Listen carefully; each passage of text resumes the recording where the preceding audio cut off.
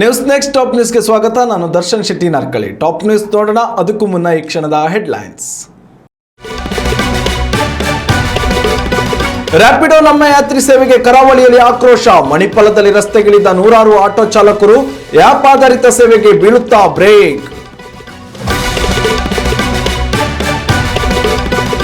ರಾಜ್ಯದಲ್ಲಿ ಸಿಎಂ ಸ್ಥಾನಕ್ಕಾಗಿ ಮುಂದುವರಿದ ಪೈಪೋಟಿ. ಕರಾವಳಿ ದೇವರ ಮೊರೆ ಹೋಗಲಿದ್ದಾರೆ ಡಿಕೆಶಿ. ಇಷ್ಟಾರ್ಥ ನೆರವೇರಿಸುತ್ತಲ ಜಗದೀಶ್ವರಿ. ಕರಾವಳಿಗರು ಬೆಂಕಿ ಹಚ್ಚುವವರು ಎಂದ ಭೈರತಿ ಸುರೇಶ್. ಕಿಚ್ಚು ಹೊತ್ತಿಸಿದ ಹೇಳಿಕೆಗೆ ಬಿಜೆಪಿ ಶಾಸಕರಿಂದ ಆಕ್ರೋಶ. ಕ್ಷಮೆಯಾಚನೆಗೆ ಪಟ್ಟು ಸದನದ ಬಾವಿಗಿಳಿದು ಪ್ರೊಟೆಸ್ಟ್. ಕಂದಾಯ ಜಮೀನಿನಲ್ಲಿ ಮನೆ ನಿರ್ಮಿಸಿಕೊಂಡವರಿಗೆ ಗುಡ್ ನ್ಯೂಸ್. ಹಕ್ಕುಪತ್ರ ಖಾತೆ ನೀಡಲು ಸಕಲ ಕ್ರಮ. ಪ್ರಾಮಾಣಿಕ ಪ್ರಯತ್ನ ನನ್ನದು ಎಂದ ಪ್ರಿಯಾಂಕಾ ಖರ್ಗೆ. ದಕ್ಷಿಣ ಕನ್ನಡದಲ್ಲಿ ಮಿತಿ ಮೀರುತ್ತಿದೆ ಕ್ಯಾನ್ಸರ್ ಪ್ರಕರಣ. ಬಾಯಿ ಸ್ತನ ಕ್ಯಾನ್ಸರ್ಗಳೇ ಅತ್ಯಧಿಕ. ಮಂಗಳೂರು ಮತ್ತು ಪುತ್ತೂರು ಭಾಗದಲ್ಲಿ ಹೆಚ್ಚು ರೋಗಿಗಳು.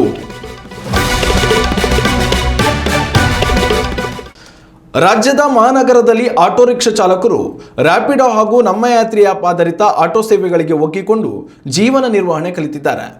ಆಗಾಗ ಸಣ್ಣ ಪುಟ್ಟ ವಿರೋಧ ಕೇಳಿಬಂದರೂ ಕೂಡ ಬಹುತೇಕ ಎಲ್ಲರೂ ನೂತನ ವ್ಯವಸ್ಥೆಗೆ ಒಗ್ಗಿಕೊಂಡು ಹಲವು ವರ್ಷಗಳೇ ಕಳೆದಿವೆ. ಆದರೆ ಕರಾವಳಿ ಭಾಗಕ್ಕೆ ಇತ್ತೀಚಿನ ದಿನಗಳಲ್ಲಿ ರ್ಯಾಪಿಡೋ ಹಾಗೂ ನಮ್ಮ ಯಾತ್ರಿ ಆ್ಯಪ್ ಆಧಾರಿತ ಆಟೋ ಸೇವೆಗಳು ಸದ್ಯ ಪ್ರಾರಂಭಗೊಳ್ಳುತ್ತಿದೆ. ಇದು ರಿಕ್ಷಾ ಚಾಲಕರಲ್ಲಿ ಹೊಸ ಆತಂಕ ಮೂಡಿಸಿದೆ. ಹೀಗಾಗಿ ಈ ಹೊಸ ವ್ಯವಸ್ಥೆ ವಿರೋಧಿಸಿ 4ಕ್ಕೂ ಹೆಚ್ಚು ಉಡುಪಿ ಆಟೋ ಚಾಲಕರು ಭಾರಿ ಪ್ರತಿಭಟನೆ ನಡೆಸಿದ್ದಾರೆ. ಉಡುಪಿ ಜಿಲ್ಲೆಗೆ ಈಗ ಮೊಬೈಲ್ ಆಪ್ ಆಧರಿಸಿದ ರಿಕ್ಷಾ ಸೇವೆ ಆರಂಭವಾಗಿದೆ. ಇದು ರಿಕ್ಷಾ ಚಾಲಕರಿಗೆ ಹೊಸ ತಲೆನೋವಾಗಿದೆ. ರಾಜ್ಯದ ಬಹುತೇಕ ನಗರಗಳಲ್ಲಿ ಆಟೋ ರಿಕ್ಷಾ ಚಾಲಕರು ಈ ಸೇವೆಗೆ ಒಗ್ಗಿಕೊಂಡಿದ್ದಾರೆ. ಆದರೆ ಉಡುಪಿಯಲ್ಲಿ ರಿಕ್ಷಾ ಚಾಲಕರು ದಿಢೀರ್ ಪ್ರತಿಭಟನೆ ನಡೆಸಿದ್ದಾರೆ.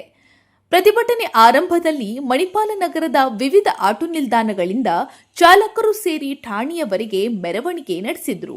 ಬಳಿಕ ಜಿಲ್ಲಾಧಿಕಾರಿ ಕಚೇರಿ ಹಾಗೂ ಪ್ರಾದೇಶಿಕ ಸಾರಿಗೆ ಅಧಿಕಾರಿ ಕಚೇರಿ ಮುಂಭಾಗಕ್ಕೂ ತೆರಳಿ ಆಕ್ರೋಶ ವ್ಯಕ್ತಪಡಿಸಿದ್ರು. ಇದರಿಂದ ಕೆಲಕಾಲ ಮಣಿಪಾಲ ಉಡುಪಿ ನಡುವಿನ ಸಂಚಾರಕ್ಕೆ ತೊಂದರೆಯುಂಟಾಯಿತು.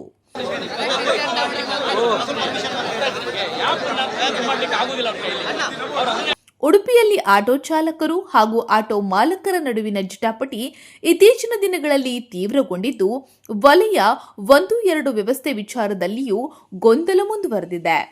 ಯೂನಿಯನ್ಗಳ ನಡುವಿನ ಅಸಮಾಧಾನ, ಪರಸ್ಪರ ಆರೋಪ ಪ್ರತ್ಯಾರೋಪಗಳಿಂದ ಪರಿಸ್ಥಿತಿ ಮತ್ತಷ್ಟು ಉದ್ವಿಗ್ನಗೊಂಡಿದೆ. ಈ ವಿಷಯಕ್ಕೆ ಸಂಬಂಧಿಸಿದಂತೆ ಜಿಲ್ಲಾಧಿಕಾರಿ, ಪೊಲೀಸ್ ವರಿಷ್ಠಾಧಿಕಾರಿ, ಶಾಸಕರು, ಆರ್ಟಿಒ ಹಾಗೂ ವಿವಿಧ ಆಟೋ ಯೂನಿಯನ್ಗಳೊಂದಿಗೆ ನಡೆದ ಹಲವು ಸಭೆಗಳು ಯಾವುದೇ ಸ್ಪಷ್ಟ ಪರಿಹಾರಕ್ಕೆ ಬಾರದೆ ವಿಫಲವಾಗಿದೆ ಎಂಬ ಆರೋಪಗಳು ಕೇಳಿಬಂದಿದೆ. ಮಣಿಪಾಲ ಆಟೋ ಯೂನಿಯನ್ ಮುಖಂಡರು ಮಾತನಾಡಿ, ರ್ಯಾಪಿಡೋ ಹಾಗೂ ನಮ್ಮ ಯಾತ್ರಿ ಸೇರಿದಂತೆ ಆಪ್ ಮೂಲಕ ಆಟೋ ಬುಕ್ಕಿಂಗಿಗೆ ಅವಕಾಶ ನೀಡಬಾರದು ಅಂತ ಒತ್ತಾಯಿಸಿದ್ರು. ನಮಗೆ ಇದು ಆ್ಯಪ್ ಇದ್ದ ಬಗ್ಗೆ ಭಾರಿ ತೊಂದರೆ ಆಗ್ತಾ ಉಂಟು, ಪ್ರಾಬ್ಲಮ್ ಆಗ್ತಾ ಉಂಟು. ನಾವು ಇಲ್ಲಿ ಆಟೋ ಚಾಲಕರ ಮಾಲಕರ ನಾವು ಈ ಸ್ಟೂಡೆಂಟ್ನವ್ರು ನಂಬಿ ಇರುವವರು ಒಂದು 900 ಜನ. ನಾವು ಈಗಲ್ಲ, ಒಂದು 35-40 ವರ್ಷದಿಂದ ಇಲ್ಲಿ ದುಡಿಮೆ ತೆಗೆದು ಅವರ ಹಣದಲ್ಲಿ ಜೀವನ ತೆಗಿತಾ ಇದ್ದೇವೆ.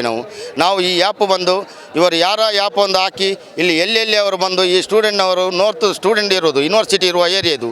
ನಾಳೆ ಏನಾದರೆ ಒಂದು ಪ್ರಾಬ್ಲಮ್ ಬಂದರೆ ಯಾರಿಗೆ ಇದು ಬರೋದು? ಮಣಿಪಾಲ ಆಟೋ ಚಾಲಕರ ಮಾಲಕರಿಗೆ ಬರೋದು. ಅದಕ್ಕೆ ಯಾರಾದರೆ ಇದು ಜವಾಬ್ದಾರಿ ಇದ್ದರೆ ಅದು ಮಾಡಿ. ಮತ್ತು ನಾಳೆ ಅವರು ಬರಲಿ ಇವರು ಬರಲಿ ಅದೇನು ನಮ್ಮದ್ರಿಲ್ಲ. ನಮ್ಮದೆಂತ ಪೊಸಿಷನ್ ಅಂದರೆ ನಮ್ಮದು ಯೂನಿಯನ್ ಇದ್ದು 3 ಪಂಚಾಯಿತಿ ಅದು ಮಾತ್ರ, ಎರ್ಗಾ, ಶಿವಲ್ಲಿ, 80 ಬಡಗಬೆಟ್ಟು. ಈ 3 ಜನ ಅಲ್ಲಿ ಹುಟ್ಟಿ ಬೆಳೆಯಬೇಕು. ಅಲ್ಲಿ ಶಾಲೆಗೆ ಹೋದವರದ್ದು ಮಾತ್ರ ನಾವು ಮೆಂಬರ್ಶಿಪ್ ತೆಗೆಯುವುದು. ಅದು ತೆಗೆಯುವುದು ವರ್ಷಕ್ಕೆ 2 ಜನ ಮಾತ್ರ. ಈ ಆ್ಯಪ್ ಬಂದು ಅದು ಬಂದು ಇದು ಬಂದು ನಾಳೆ ಎಲ್ಲಾದರೆ ಸ್ಟೂಡೆಂಟ್ನವರಿಗೆ ಪ್ರಾಬ್ಲಮ್ ಆದರೆ ನಾಳೆ ಇದಕ್ಕೆ ಹೊಣೆ ಯಾರು? ಇನ್ನು ಕೆಲ ಆಟೋ ಚಾಲಕರು ಮತ್ತು ಸಂಘಟನೆಗಳ ಸದಸ್ಯರು ದೇಶಾದ್ಯಂತ ಹಾಗೂ ರಾಜ್ಯಾದ್ಯಂತ ಆಪ್ ಆಧಾರಿತ ಆಟೋ ಸೇವೆಗಳು ಯಶಸ್ವಿಯಾಗಿ ಕಾರ್ಯನಿರ್ವಹಿಸ್ತಾ ಇದೆ. ಉಡುಪಿ ಮಣಿಪಾಲ ಮಾತ್ರ ಇದರಿಂದ ಹೊರತಾಗಿರಬೇಕೇ ಅಂತಿದ್ದಾರೆ. ಆಪ್ ಸೇವೆಗಳಿಂದ ಪ್ರಯಾಣಿಕರಿಗೆ ಪಾರದರ್ಶಕ ದರ, ಸುಲಭ ಬುಕಿಂಗ್ ಸೌಲಭ್ಯವೂ ದೊರೆಯುತ್ತದೆ ಎಂಬ ಅಭಿಪ್ರಾಯವೂ ವ್ಯಕ್ತವಾಯಿತು. ಪ್ರತಿಭಟನಾ ಸ್ಥಳಕ್ಕೆ ಮಧ್ಯಸ್ಥಿಕೆಗಾಗಿ ಕರ್ನಾಟಕ ರಕ್ಷಣಾ ವೇದಿಕೆ ಮುಖಂಡರು ಆಗಮಿಸಿ ಸಮಸ್ಯೆ ಇತ್ಯರ್ಥ ನಡೆಸುವ ಯತ್ನ ನಡೆಸಿದ್ರು. ಆದರೆ ಆಟೋ ಚಾಲಕರು ತಿರುಗೇಟು ನೀಡಿ ಮೊದಲು ನಿಮ್ಮ ಯೂನಿಯನ್ ಒಳಗಿನ ಬಣ ರಾಜಕಾರಣ ಮತ್ತು ಗಲಾಟೆ ಬಗೆಹರಿಸಿಕೊಳ್ಳಿ ಅಂತ ಆಕ್ರೋಶ ವ್ಯಕ್ತಪಡಿಸಿದ್ರು. ಇದರಿಂದ ಕೆಲಕಾಲ ಸ್ಥಳದಲ್ಲಿ ಉದ್ವಿಗ್ನ ವಾತಾವರಣ ನಿರ್ಮಾಣವಾಯಿತು. ಇನ್ನು ಆಟೋ ಚಾಲಕರ ಏಕಾಏಕಿ ಬಾಡಿಗೆ ಸ್ಥಗಿತದಿಂದ ಮಣಿಪಾಲ ಹಾಗೂ ಉಡುಪಿ ನಗರದಲ್ಲಿ ಪ್ರಯಾಣಿಕರು ತೀವ್ರ ತೊಂದರೆ ಅನುಭವಿಸಿದ್ರು. ವಿದ್ಯಾರ್ಥಿಗಳು ಹಾಗೂ ಆಸ್ಪತ್ರೆಗಳಿಗೆ ತೆರಳುವ ರೋಗಿಗಳು ಹಾಗೂ ಸಾರ್ವಜನಿಕರು ಪರ್ಯಾಯ ಸಾರಿಗೆ ಹುಡುಕುವಂತಾಯಿತು. ಆಪ್ ಆಧಾರಿತ ಆಟೋ ಸೇವೆ, ವಲಯ ವ್ಯವಸ್ಥೆ ಹಾಗೂ ಯೂನಿಯನ್ಗಳ ನಡುವಿನ ಸಂಘರ್ಷಕ್ಕೆ ಸ್ಪಷ್ಟ ಪರಿಹಾರ ಸಿಗದ ಹಿನ್ನೆಲೆಯಲ್ಲಿ ಉಡುಪಿ ಮಣಿಪಾಲದಲ್ಲಿ ಆಟೋ ಸೇವೆಗಳ ಕುರಿತು ಗೊಂದಲದ ವಾತಾವರಣ ಇನ್ನೂ ಮುಂದುವರೆದಿದೆ. ಯಾವುದೇ ಪೂರ್ವ ಸೂಚನೆ ಇಲ್ಲದೆ ಆಟೋ ಚಾಲಕರು ಬಾಡಿಗೆ ಸೇವೆಯನ್ನ ಸ್ಥಗಿತಗೊಳಿಸಿ ಮಣಿಪಾಲ ಪೊಲೀಸ್ ಠಾಣೆ ಮುಂಭಾಗದಲ್ಲಿ ಜಮಾಯಿಸಿದ್ರು. ರ್ಯಾಪಿಡೋ ಬ್ಯಾನ್ ಮಾಡೋದಲ್ಲ, ನಮಗೆ 7 ಕಿಲೋಮೀಟರ್ ವ್ಯಾಪ್ತಿಯಲ್ಲಿ ಕೂಡ ದುಡಿಯಲಿಕ್ಕೆ ಅವಕಾಶ ಮಾಡಿಕೊಡಿ. ಯಾಕಂದರೆ ಆರ್ಡರ್ ಇದೆ ಅಲ್ಲ. ಮತ್ತು ಮೊನ್ನೆ SP ಸಾಹೇಬರೊಂದು ಆರ್ಡರ್ ಪಾಸ್ ಮಾಡಿದ್ದಾರೆ. ಉಡುಪಿ ನಿಲ್ದಾಣಗಳಲ್ಲಿ ಅವರವರ ನಿಲ್ದಾಣಗಳಲ್ಲಿ ದುಡಿಯುವುದು, ಬೇರೆ ಇತರ ಚಾಲಕರು ಅಲ್ಲಿ ದುಡಿಲಿಕ್ಕೆ ಹೋಗಲಿಕ್ಕಿಲ್ಲ ಅಂತ. ಅದನ್ನು ನಾವು ಧಿಕ್ಕಾರ ಮಾಡ್ತೇವೆ. ಯಾಕಂದರೆ ನಮಗೆ ಪರ್ಮಿಟ್ ಇದೆ, ಪರ್ಮಿಷನ್ ಕೊಟ್ಟಿದ್ದಾರೆ, ಲೋನ್ ಮಾಡಿದ್ದೇವೆ. ಇಷ್ಟೆಲ್ಲ ಪ್ರಾಬ್ಲಮ್ಸ್ಗಳು ಇರುವಾಗ ನಾವು ಬಾಡಿಗೆ ಇಲ್ಲದವರು ಬೇರೆ ಸ್ಟ್ಯಾಂಡಿಗೆ ಹೋಗಲೇಬೇಕಾಗ್ತದೆ. ಆದ್ದರಿಂದ ಉಡುಪಿಯಲ್ಲಿ ಕಾನೂನು ಮಾಡುವುದಾದರೆ ಎಲ್ಲ ನಿಲ್ದಾಣಗಳಲ್ಲಿ ಎಷ್ಟು ಅವರು ನಿರ್ದೇಶಿಸಿದ ಎಷ್ಟು ನಿಲ್ದಾಣಗಳಿದೆ ಅದು ಎಲ್ಲ ನಿಲ್ದಾಣಗಳು ದುಡಿಯುವ ಹಾಗೆ ವ್ಯವಸ್ಥೆಯನ್ನು ಮಾಡಿಕೊಳ್ಳಿ. ಒಟ್ಟಾರೆಯಾಗಿ ಜಿಲ್ಲೆಯಲ್ಲಿ ಮೊಬೈಲ್ ಆಧಾರಿತ ಆಟೋ ರಿಕ್ಷಾ ಸೇವೆಗೆ ಮಿಶ್ರ ಪ್ರತಿಕ್ರಿಯೆ ವ್ಯಕ್ತವಾಗಿದೆ.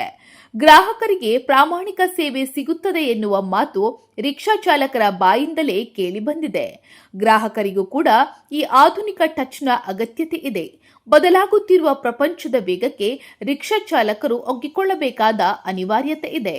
ಅಶ್ವಥ್ ಆಚಾರ್ಯ, ನ್ಯೂಸ್ ನೆಕ್ಸ್ಟ್, ಉಡುಪಿ. ರಾಜ್ಯದಲ್ಲಿ ಪವರ್ ಶೇರಿಂಗ್ ವಿಚಾರ ತಣ್ಣಗಾಯಿತು ಅನ್ನುವಷ್ಟರಲ್ಲಿ ಒಂದಲ್ಲ ಒಂದು ಬೆಳವಣಿಗೆ ಕಂಡು ಬರುತ್ತಲೇ ಇದೆ. ಬೆಳಗಾವಿ ಅಧಿವೇಶನದಲ್ಲಿಯೂ ಅಧಿಕಾರ ಹಸ್ತಾಂತರ ವಿಚಾರ ಸದ್ದು ಮಾಡುತ್ತಿದೆ. ಒಂದು ಕಡೆ ಬಹಿರಂಗವಾಗಿಯೇ ಸಿಎಂ ಸಿದ್ದರಾಮಯ್ಯ ಈಗಲೂ ನಾನೇ ಸಿಎಂ, ಮುಂದಿನ ಅವಧಿಗೂ ನಾನೇ ಸಿಎಂ ಎಂದು ಸದನದಲ್ಲಿ ಗರ್ಜಿಸಿದ್ದಾರೆ. ಈ ಹಿನ್ನೆಲೆಯಲ್ಲಿ ಡಿಸಿಎಂ ಡಿಕೆ ಶಿವಕುಮಾರ್ ಮತ್ತೊಮ್ಮೆ ದೇವರ ಮೊರೆ ಹೋಗಿದ್ದಾರೆ.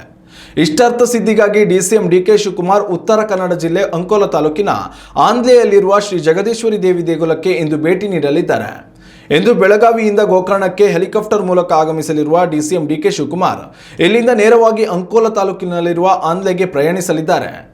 ಇಷ್ಟಾರ್ಥ ಸಿದ್ಧಿಗಾಗಿ ಶಕ್ತಿ ದೇವಿಗೆ ವಿಶೇಷ ಪೂಜೆ ಸಲ್ಲಿಸಲಿದ್ದಾರೆ. ಅಂದಹಾಗೆ ಡಿಸಿಎಂ ಡಿಕೆ ಶಿವಕುಮಾರ್ ಈ ರೀತಿ ಈ ದೇಗುಲಕ್ಕೆ ಭೇಟಿ ನೀಡುತ್ತಿರುವುದು ಇದೇ ಮೊದಲೇನಲ್ಲ. ಈ ಹಿಂದಿನಿಂದಲೂ ಶಕ್ತಿ ದೇವಿಯ ಭಕ್ತರಾಗಿರುವ ಡಿಕೆ ಶಿವಕುಮಾರ್ 2019ರಲ್ಲಿಯೂ ಇಲ್ಲಿಗೆ ಭೇಟಿ ನೀಡಿ ಪೂಜೆ ಸಲ್ಲಿಸಿದರು. ಅಂತೆಯೇ ಇಂದು ಕೂಡ ಆಗಮಿಸಲಿದ್ದಾರೆ. ಶಕ್ತಿ ದೇವಿ ದರ್ಶನಕ್ಕೂ ಮುನ್ನ ಗೋಕರ್ಣದ ಮಹಾಬಲೇಶ್ವರ ದೇಗುಲಕ್ಕೂ ಡಿಕೆ ಶಿವಕುಮಾರ್ ಇಂದು ಭೇಟಿ ನೀಡಲಿದ್ದಾರೆ. ಬೆಳಗಾವಿಯ ಸುವರ್ಣ ವಿಧಾನಸೌಧದಲ್ಲಿ ನಡೆಯುತ್ತಿರುವ ಚಳಿಗಾಲದ ಅಧಿವೇಶನದಲ್ಲಿ ಸಚಿವ ಭೈರತಿ ಸುರೇಶ್ ವಿವಾದಾತ್ಮಕ ಹೇಳಿಕೆ ನೀಡಿದ್ದಾರೆ. ಕರಾವಳಿ ಭಾಗದ ಬಿಜೆಪಿ ಶಾಸಕರು ಬೆಂಕಿ ಹಚ್ಚುವವರು ಎಂದು ಸಚಿವ ಭೈರತಿ ಸುರೇಶ್ ಹೇಳಿರುವುದು ಭಾರೀ ವಿರೋಧಕ್ಕೆ ಕಾರಣವಾಗಿದೆ. ಕರ್ನಾಟಕ ದ್ವೇಷ ಭಾಷಣ ಮತ್ತು ದ್ವೇಷ ಅಪರಾಧಗಳ ವಿಧೇಯಕಕ್ಕೆ ಬಿಜೆಪಿ ಹಾಗೂ ಜೆಡಿಎಸ್ ನಾಯಕರು ವಿರೋಧ ವ್ಯಕ್ತಪಡಿಸಿ ಬಾವಿಗಿಳಿದು ಪ್ರತಿಭಟಿಸುತ್ತಿದ್ದರು. ಈ ಸಂದರ್ಭದಲ್ಲಿ ಸಚಿವ ಭೈರತಿ ಸುರೇಶ್ ನೀವು ಕರಾವಳಿಯವರು ಬೆಂಕಿ ಹಚ್ಚುವವರು ಎಂದು ಹೇಳಿಕೆ ನೀಡಿದ್ದಾರೆ. ಈ ವಿಚಾರ ಆಡಳಿತ ಮತ್ತು ವಿರೋಧ ಪಕ್ಷದ ನಡುವೆ ದೊಡ್ಡ ಕಿಚ್ಚನೆ ಹೊತ್ತಿಸಿತ್ತು. ಸಚಿವ ಭೈರತಿ ಸುರೇಶ್ ಕ್ಷಮೆಯಾಚನೆಗೆ ಕರಾವಳಿ ಭಾಗದ ಬಿಜೆಪಿ ಶಾಸಕರು ಪಟ್ಟು ಹಿಡಿದಿದ್ರು. ಭೈರತಿ ಸುರೇಶ್ ವಿರುದ್ಧ ಏಕವಚನದಲ್ಲಿ ಗುಡುಗಿದ್ದ ವಿ ಸುನೀಲ್ ಕುಮಾರ್, ವೇದವ್ಯಾಸ್ ಕಾಮತ್ ಹಾಗೂ ಚನ್ನಬಸಪ್ಪ ಬಳಿಕ ಸ್ಪೀಕರ್ ಯುಟಿ ಖಾದರ್ ವಿರುದ್ಧವೂ ಹರಿಹಾಯ್ದಿದ್ದಾರೆ. ನೀವು ಕರಾವಳಿಯವರಲ್ಲವೇ? ಸಚಿವರು ಇಡೀ ಕರಾವಳಿಗೆ ಬೆಂಕಿ ಹಚ್ಚುವವರು ಎಂದು ಹಣೆಪಟ್ಟಿ ಕಟ್ಟಿದರೂ ನೀವು ಸುಮ್ಮನೆ ಏಕೆ ಕುಳಿತಿದ್ದೀರಿ ಎಂದು ಪ್ರಶ್ನೆ ಮಾಡಿದ್ದಾರೆ. ವಿವಾದಾತ್ಮಕ ಹೇಳಿಕೆಯನ್ನು ಕಡತದಿಂದ ತೆಗೆದು ಹಾಕುವುದಾಗಿ ಯುಟಿ ಖಾದರ್ ಹೇಳಿದರೂ ಕೇಳದ ಬಿಜೆಪಿ ಶಾಸಕರು ಪುನಃ ಸದನದ ಬಾವಿಗಿಳಿದು ಪ್ರತಿಭಟಿಸಿದ್ದಾರೆ. ಈ ಎಲ್ಲ ವಿರೋಧ ವಿವಾದಗಳ ನಡುವೆ ದ್ವೇಷ ಭಾಷಣ ವಿಧೇಯಕವನ್ನು ಸ್ಪೀಕರ್ ಅಂಗೀಕರಿಸಿದರು.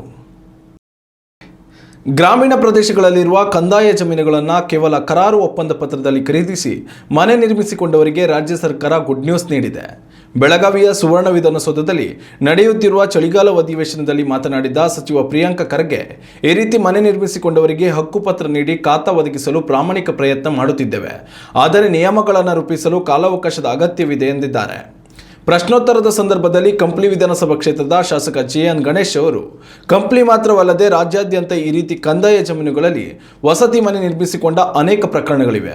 ಇಂಥವರ ದಾಖಲೆಗಳನ್ನು ಪರಿಶೀಲಿಸಿ ಹಕ್ಕುಪತ್ರ ಒದಗಿಸುವ ಅಗತ್ಯವಿದೆ ಎಂದು ಮನವಿ ಮಾಡಿದರು. ಇದಕ್ಕೆ ಪ್ರತಿಕ್ರಿಯೆ ನೀಡಿದ ಸಚಿವ ಪ್ರಿಯಾಂಕ ಖರ್ಗೆ ಇವರಿಗೆ ಕಂದಾಯ ನಿವೇಶನಗಳಿಗೆ ಖರೀದಿಯ ಕ್ರಯಪತ್ರ ದಾಖಲೆಗಳನ್ನು ಪರಿಶೀಲಿಸಿ ತೆರಿಗೆ ವ್ಯಾಪ್ತಿಗೆ ಸೇರಿಸಲು 2936 ಅರ್ಜಿಗಳು ಸ್ವೀಕೃತಗೊಂಡಿದೆ. ಖಾಸಗಿ ಜಮೀನುಗಳಲ್ಲಿ ದಾಖಲೆ ಸಹಿತ ಜನವಸತಿಗಳನ್ನು ಕಂದಾಯ ಗ್ರಾಮವಾಗಿ ಪರಿವರ್ತಿಸಿ ಹಕ್ಕುಪತ್ರ ಒದಗಿಸುವ ಕಾರ್ಯ ನಡೆಯುತ್ತಿದೆ. ಇದರ ಜೊತೆಯಲ್ಲಿ ಕೇವಲ ಅಗ್ರಿಮೆಂಟ್ ಆಧಾರದಲ್ಲಿ ಮನೆ ಖರೀದಿಸಿದವರಿಗೆ ಖಾತಾ ಮಾಡಿಕೊಡಲು ನಿಯಮಾವಳಿಗಳನ್ನು ರೂಪಿಸುವ ಅಗತ್ಯವಿದೆ. ಇದು ಕೂಡಲೇ ಆಗುವಂತಹ ಕೆಲಸವಲ್ಲ. ಇದಕ್ಕೆ ಸಾಕಷ್ಟು ಕಾಲಾವಕಾಶದ ಅಗತ್ಯವಿದೆ. ಈ ಬಗ್ಗೆ ಪ್ರಾಮಾಣಿಕ ಪ್ರಯತ್ನ ಮಾಡಿ ಈ ಸಮಸ್ಯೆಗೆ ಖಂಡಿತ ಪರಿಹಾರ ನೀಡುತ್ತೇವೆ ಎಂದು ಹೇಳಿದ್ದಾರೆ. ದಕ್ಷಿಣ ಕನ್ನಡ ಜಿಲ್ಲೆಯಲ್ಲಿ ಕಳೆದೊಂದು ವರ್ಷದಲ್ಲಿ ಕ್ಯಾನ್ಸರ್ ಪ್ರಕರಣಗಳ ಸಂಖ್ಯೆ ದುಪ್ಪಟ್ಟಾಗಿದ್ದು ತೀವ್ರ ಆತಂಕಕ್ಕೆ ಕಾರಣವಾಗಿದೆ. ಕಳೆದ ವರ್ಷ ದಕ್ಷಿಣ ಕನ್ನಡ ಜಿಲ್ಲೆಯಲ್ಲಿ 1411 ಕ್ಯಾನ್ಸರ್ ಪ್ರಕರಣಗಳು ದಾಖಲಾಗಿದ್ದರೆ ಈ ವರ್ಷ 3361 ಮಂದಿಯಲ್ಲಿ ಕ್ಯಾನ್ಸರ್ ದೃಢಪಟ್ಟಿದೆ. ರಾಜ್ಯ ಸರ್ಕಾರದ ಗೃಹ ಆರೋಗ್ಯ ಯೋಜನೆಯ ಅಡಿಯಲ್ಲಿ ಆರೋಗ್ಯ ಕಾರ್ಯಕರ್ತರು ಮನೆ ಮನೆ ಭೇಟಿ ನೀಡಿ ಕ್ಯಾನ್ಸರ್ ರೋಗ ಪತ್ತೆ ಕಾರ್ಯ ನಡೆಸುತ್ತಿದ್ದಾರೆ. ಮೊದಲ ಹಂತದಲ್ಲಿಯೇ ಕ್ಯಾನ್ಸರ್ ಪೀಡಿತರನ್ನು ಗುರುತಿಸಿದರೆ ಕ್ಯಾನ್ಸರ್ ಪೀಡಿತರನ್ನು ಉಳಿಸಿಕೊಳ್ಳುವ ಸಾಧ್ಯತೆ ಹೆಚ್ಚಿರುತ್ತದೆ. ಆದರೆ ದಕ್ಷಿಣ ಕನ್ನಡ ಜಿಲ್ಲೆಯಲ್ಲಿ 2 ಹಾಗೂ 3ನೇ ಹಂತ ದಾಟಿರುವವರ ಸಂಖ್ಯೆ ಹೆಚ್ಚಿರುವುದು ಕಳವಳಕ್ಕೆ ಕಾರಣವಾಗಿದೆ. ಸರ್ಕಾರಿ ಆಸ್ಪತ್ರೆಗಿಂತ ಹೆಚ್ಚಾಗಿ ಖಾಸಗಿ ಆಸ್ಪತ್ರೆಗಳಲ್ಲಿಯೇ ಹೆಚ್ಚು ಕ್ಯಾನ್ಸರ್ ಪ್ರಕರಣಗಳು ಪತ್ತೆಯಾಗಿದೆ.